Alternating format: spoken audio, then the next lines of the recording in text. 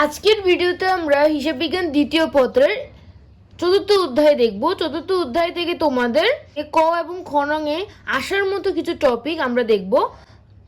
যেমন তোমাদের ক নঙে আসতে পারে শেয়ার অধিহার এবং অবহারের পরিমাণ নির্ণয়। এখন আমরা একটা উদাহরণের মাধ্যমে এটা বোঝার চেষ্টা করব।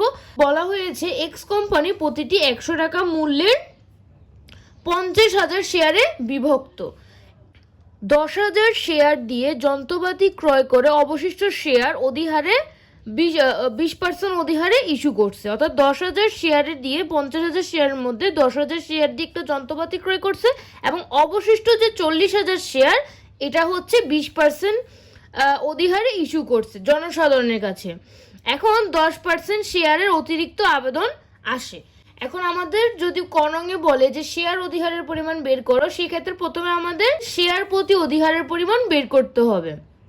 যদি এইভাবে আমাদের পার্সেন্ট আকারে দেওয়া থাকে সেক্ষেত্রে প্রথমে আমাদের শেয়ার প্রতি অধিহার বা অবহারের পরিমাণ যদি আমরা অবহারে ইস্যু করি সেক্ষেত্রে শেয়ার প্রতি অবহারের পরিমাণ প্রথমে বের করতে হবে, আর যদি অধিহারে ইস্যু করি তাহলে আমাদের শেয়ার প্রতি অধিহারের পরিমাণ বের করতে হবে। তো আমরা প্রথমে শেয়ার প্রতি অধিহারের পরিমাণ বের করব। অধিহারের বের করার জন্য আমাদের শেয়ারের লিখিত মূল্যর সাথে অধিহারের হারটাকে গুণ করতে হবে। তো শেয়ারের লিখিত মূল্য কত? শেয়ারের লিখিত মূল্য হচ্ছে একদম প্রশ্নের শুরুতে যে মূল্যটা দেওয়া আছে, প্রশ্নের শুরুতে যে মূল্যটা দেওয়া আছে এটাই হচ্ছে শেয়ারের লিখিত মূল্য বা অবিহিত মূল্য অথবা ফেস ভ্যালু বা সমমূল্য বলা হয়। এখানে আমাদের শেয়ারের লিখিত মূল্য ছিল হচ্ছে 100 টাকা। তো আমরা এখানে 100 টাকা লিখলাম আর অধিহারের হার হচ্ছে 20%, তাহলে আমাদের আসবে হচ্ছে ক্যালকুলেশন করলে 20 টাকা।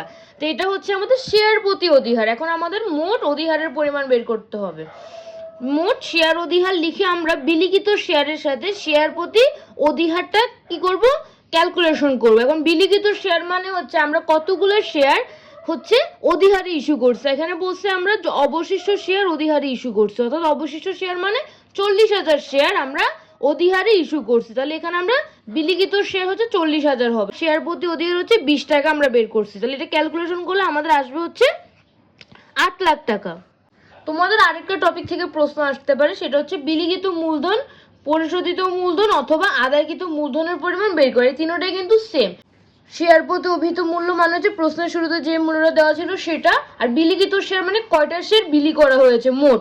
এখানে আমরা 10,000 শেয়ার দিয়ে হচ্ছে একটা যন্ত্রপাতি ক্রয় করছি এবং অবশিষ্ট শেয়ার হচ্ছে আমরা ইস্যু করছি জনসাধারণের কাছে। তাহলে আমরা মোট কত হাজার শেয়ার ইস্যু করছি, আমরা মোট হচ্ছে কত হাজার শেয়ার বিলি করছি বা ইস্যু করছি, আমরা মোট হচ্ছে 50,000 শেয়ার হচ্ছে বিলি করছি অথবা ইস্যু করছি। তো এখানে বিলিখিত শেয়ার হচ্ছে 50,000 আর শেয়ার প্রতি অভিহিত মূল্য হচ্ছে 100 টাকা।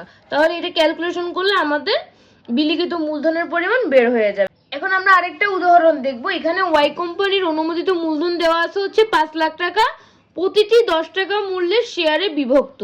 কোম্পানি অনুমোদিত মূলধনের 80% 2 টাকা অধিহারে জনসাধারণের কাছে ইস্যু করে, 10% অতিরিক্ত আবেদন আসে।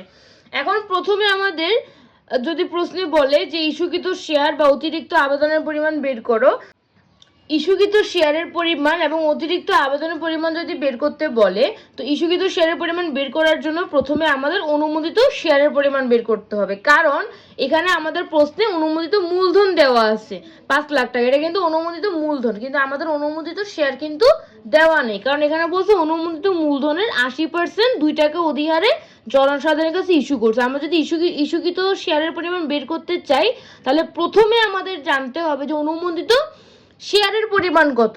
অনুমোদিত মূলধন দেওয়া আছে, আমাদের অনুমোদিত শেয়ার লাগবে। সেজন্য আমরা যেটা করব সেটা হচ্ছে আমরা আমাদের অনুমোদিত মূলধনকে শেয়ারের যে প্রতিটা শেয়ারের যে অভিহিত মূল্য দেওয়া আছে প্রশ্নের শুরুতে সেটা দিয়ে আমরা ভাগ করব। তো এখানে আমাদের 5 লাখ টাকা, এই যে অনুমোদিত মূলধন হচ্ছে 5 লাখ টাকা আর প্রতিটা শেয়ারের মূল্য হচ্ছে 10 টাকা। এটা দ্বারা আমরা ভাগ করলে আমাদের অনুমোদিত শেয়ারের পরিমাণ বের হবে হচ্ছে 50,000 শেয়ার।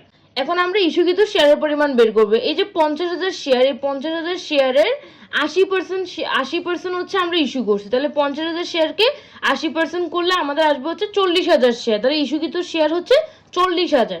এখন তাহলে অতিরিক্ত আবেদন কত আসছে? অতিরিক্ত আবেদন আসছে হচ্ছে 10%। তো যতটা শেয়ার আমরা ইস্যু করছি তার থেকে 10% অতিরিক্ত আবেদন। আমরা যদি 40,000 শেয়ার ইস্যু করি তাহলে এটা 10% করলে যেটা আসবে সেটা হচ্ছে অতিরিক্ত আবেদন। তাহলে আমাদের 4,000 শেয়ারের অতিরিক্ত আবেদন আসে। 40,000 শেয়ার ইস্যু করছি, 4,000 শেয়ারের হচ্ছে আমাদের 4,000 শেয়ারের হচ্ছে আমাদের অতিরিক্ত আবেদন আসছে।